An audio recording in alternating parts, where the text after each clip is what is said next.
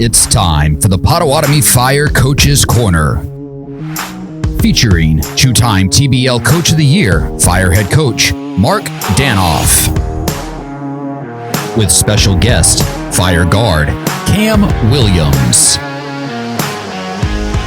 And now here's the host of the Coaches Corner, Chris Cox. Hello, everyone, and welcome to another episode of the Coaches Corner here on the Potawatomi Fire Broadcast Network. I'm Chris Cox, joined by Fire Head Coach Mark Danoff, and later on today, we'll be joined by Fire Guard Cam Williams. Coach, a relatively light weekend for you guys last week. You had the one game up in Little Rock on Friday, and besides that, hopefully it was a relatively restful weekend, especially after those 4 straight back-to-back weekends. Yeah, it certainly was I won't say easier weekend, right? Yeah, because Little Rock was ready to play and really took us to the wire. But the fact that we only had one game instead of 4 straight back-to-backs and crunched in a short time. So in that sense, yeah, it was a little bit easier of a weekend for us, just one game. Yeah, you mentioned how it was a little bit maybe more restful, but definitely not easier because Little Rock definitely made y'all work. You built a pretty good lead in the first half, but the Lightning, they just kind of chipped away, and they made a game of it in the fourth quarter. No, absolutely. And every time we've played them, they've never quit. They always continue to fight and battle and compete for the entire 48 minutes. It's a credit to them. And they started to make some shots late. And really built some momentum, and we missed some shots. And next thing you know, that lead, whether it be 15, 20, 25, wherever it's at that time, becomes 10, then it becomes 6. And with some timeouts and some media timeouts, they just continued to battle. And, we had to lock down and get focused on what we were doing, and we were able to build it back up at the end. But really a credit to Little Rock and their team and their players and their coaching staff. Over the past couple of weeks when we've talked about Little Rock, because you played them a lot the past couple of weeks, we've talked about their versatility and their more balanced attack that they have now. And I think we kind of saw the best version of Little Rock on Friday, especially in the second half, and they had 6 guys finishing double figures. Yeah, they really played well. They defended. They were very physical. They at times limited us to one shot.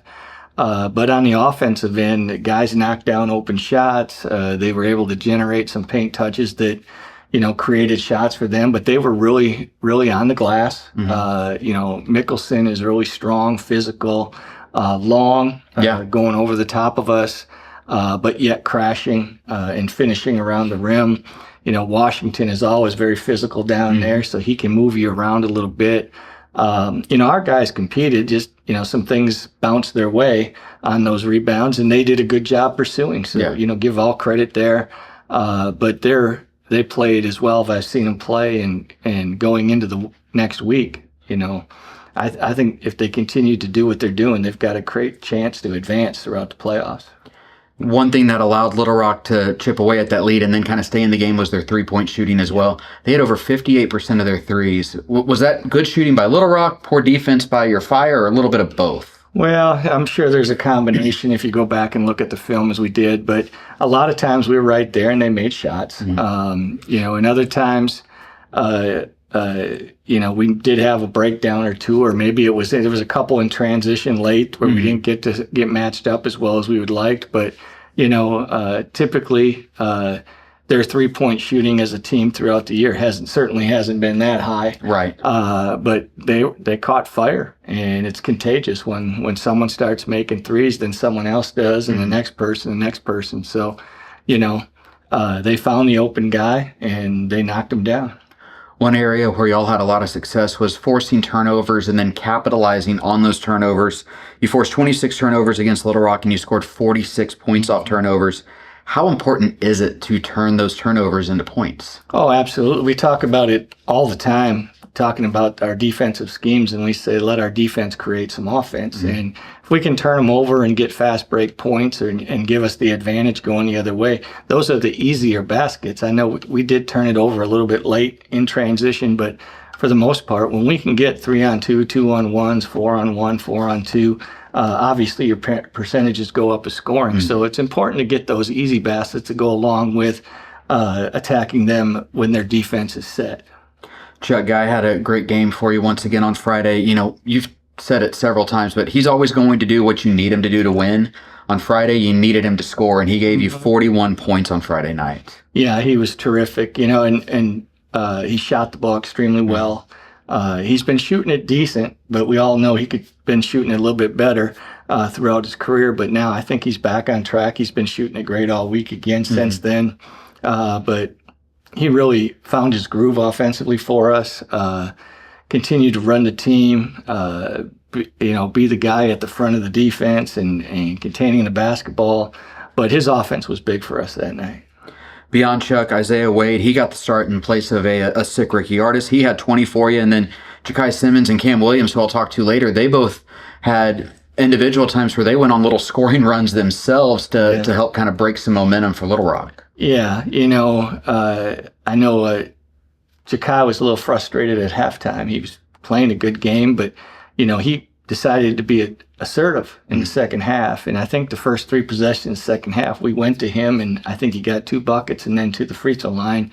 And then it just continued to go ahead. An incredible second half, both on both ends of the floor. Isaiah brings such great energy all the time. And the bench, Cam comes in and shoots it extremely well for us right away in the first half and did some really nice things throughout the game. So our bench is strong. Hedge comes in and does a nice job relieving Paul at times. So I thought the bench was terrific. I thought they did a really good job in giving us what we need at times and on both ends of the floor.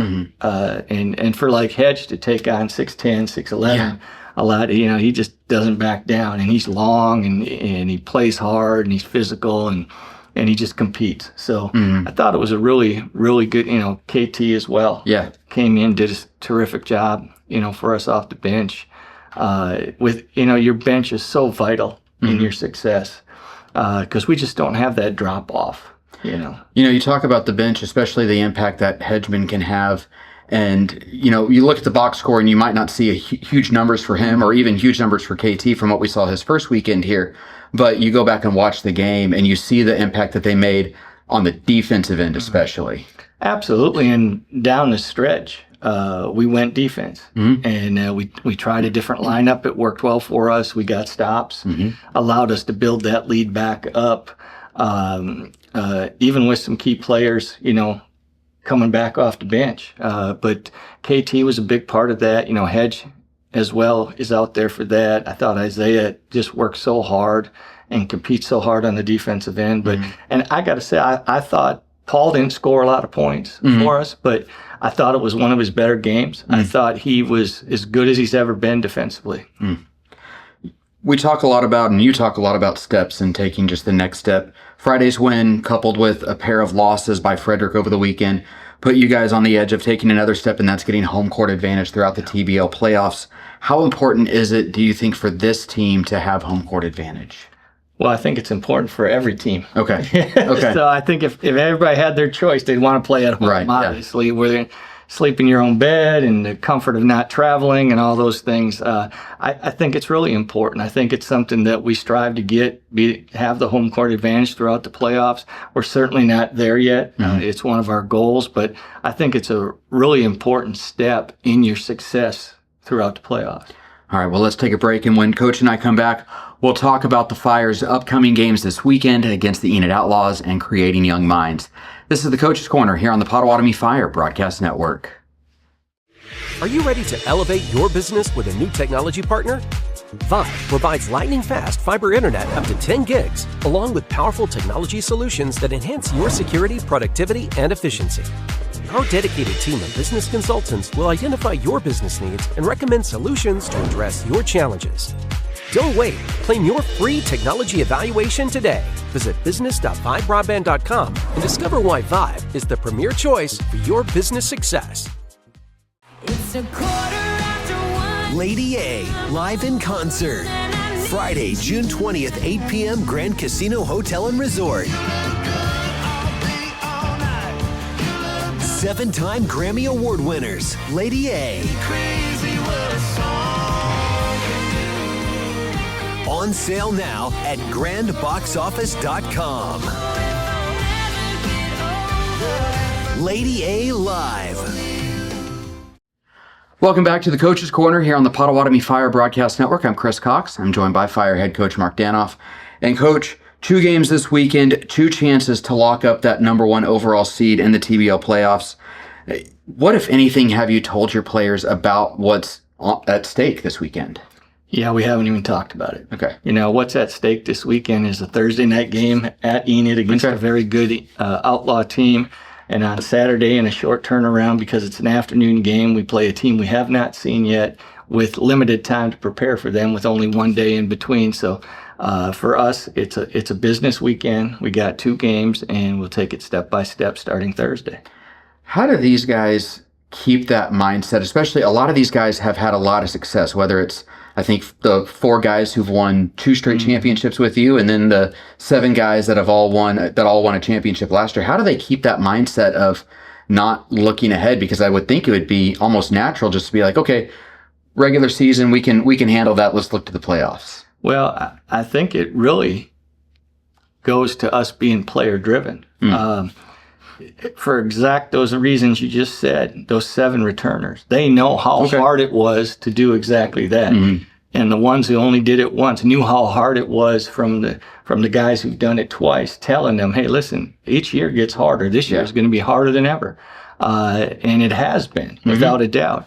So when you've got Chuck and Ricky and Paul and the guys that have won it 2 times now, explaining to the guys who were even on the team a year ago, reminding them, you know, remember how hard it was. Hey, we've got to get locked in this area.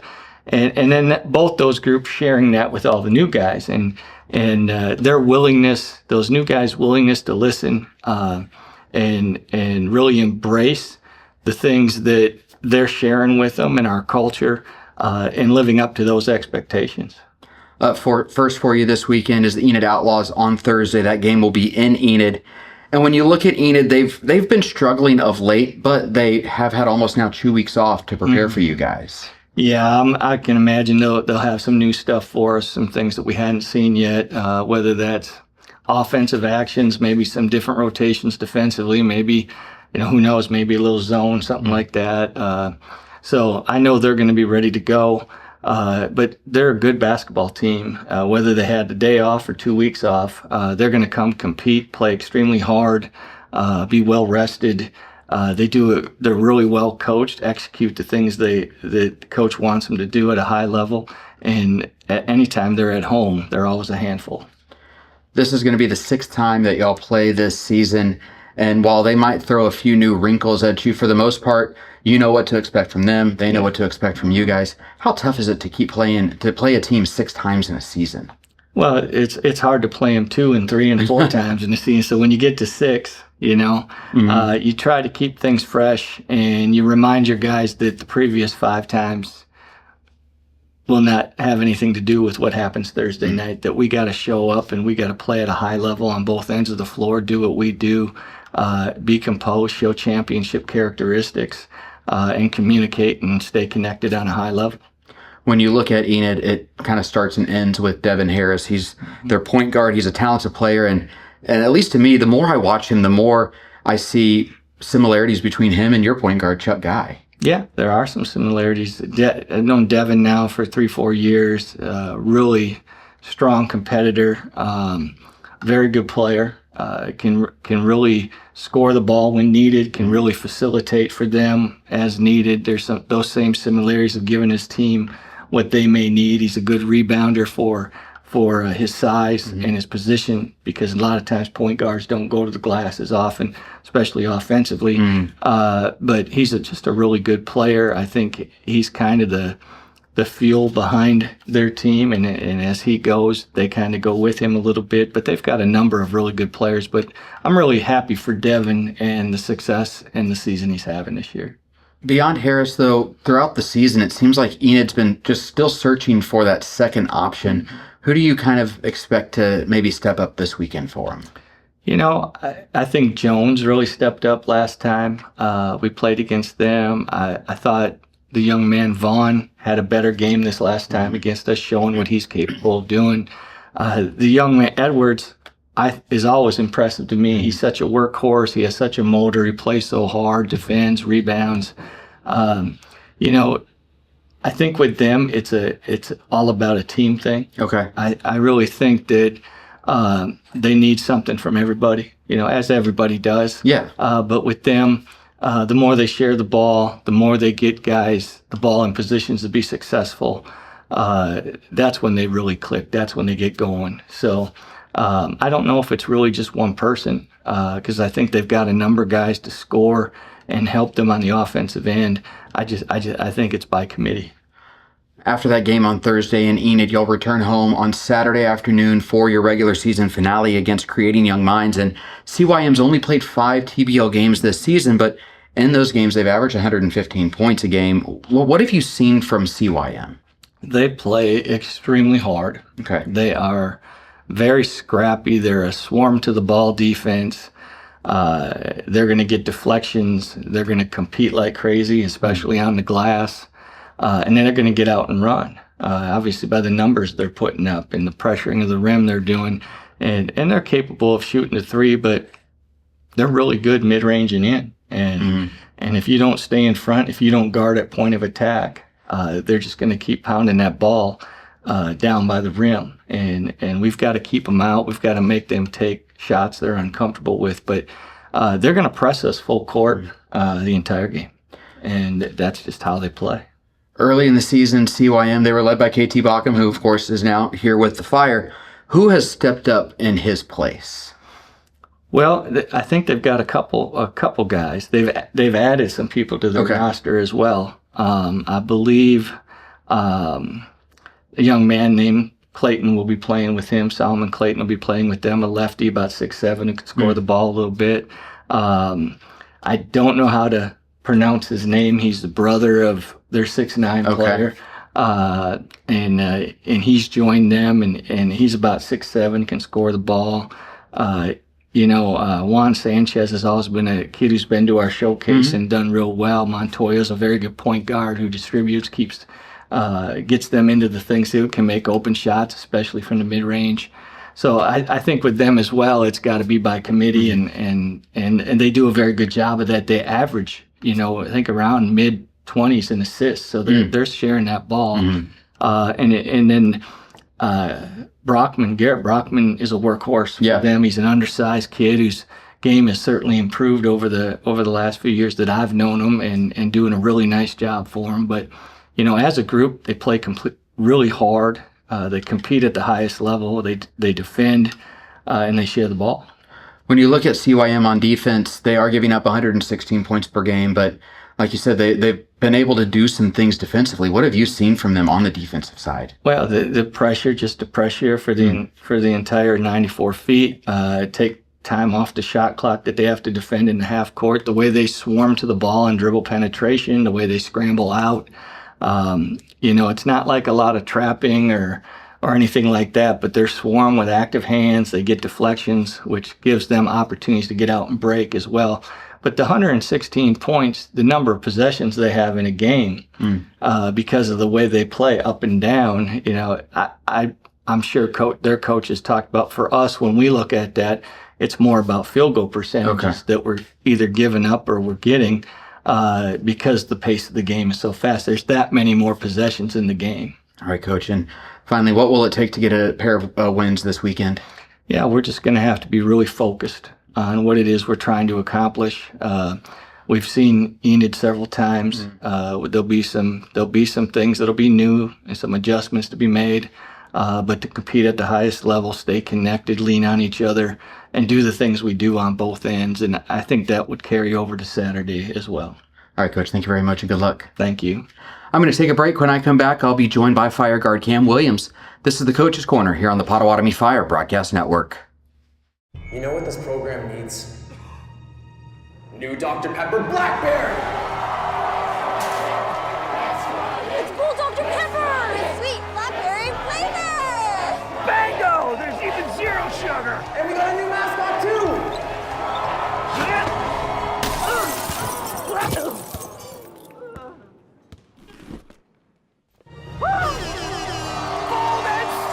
Try new Dr. Pepper Blackberry. It's a pepper thing! Get the most out of your Wi-Fi with Eero Pro 6 from Vive. Houses come in all shapes and sizes. shouldn't your Wi-Fi too? Eero's True Mesh technology blankets your whole home in coverage. With the right Eero system, you can work, stream, game, and chat, powered by whole home award-winning Wi-Fi that works. Plus a simple, smart, and secure fiber-powered network that just keeps getting better with automatic updates. Visit 5broadband.com to get connected. Welcome back to the Coach's Corner here on the Potawatomi Fire Broadcast Network. I'm Chris Cox. I'm now joined by Fire guard Cam Williams. And Cam, thanks for sitting down with me. Thanks for having me. Cam, it's your first season with the Fire. We'll kind of just start off with a broad question. How, as you get toward the end of the regular season, how do you feel this first season's gone for you? I think it's gone pretty well. I just try to stay ready whenever my name and my number is called, and I think I've received the challenge pretty well. I got some areas I know I need to improve in, but I think for the most part, I think I've done a pretty good job. What's been the biggest adjustment for you playing for the Fire as opposed to maybe playing with some of the other teams that you've played for? I would say just finding a role, because we got so many. We got a team full of weapons, and just finding your role and just staying in that lane. I wouldn't say it's been really an adjustment or like a challenge, but I would say it was a challenge, but just staying even keel, because some nights you get the feeling good, but you got to remember, you got to come and go, and that's to win games. Mm-hmm. And sometimes we may deviate away from that, but for the most part, I think we all done a good job as a team, and myself as well, and just staying even and just knowing that we got to come and go, and that's the win. As somebody who's coming off the bench, especially being a scorer like you are, you're kind of expected to go in there and provide some instant offense. Mm. How difficult is that, given the fact that you go in and you're expected to score, you don't get a chance to really kind of work yourself into the game? I think that's just a testament to like mindset and just staying ready. You might not go in like when you want to go in, but you better be ready when your coach is called, because you don't really know when the next opportunity is going to come. So you just gotta, stay in that mindset of maximizing every opportunity that you get, and that's really what it is. As a scorer, there are times when you by yourself will go on some runs. I think against Little Rock last week, you scored, I want to say 10 straight points for the Fire. You've had other runs like that throughout the season. When your shot starts falling like that, what's it feel like? It's really good. It's really relieving to know like the work that you put in, like before practice, after practice, is really showing.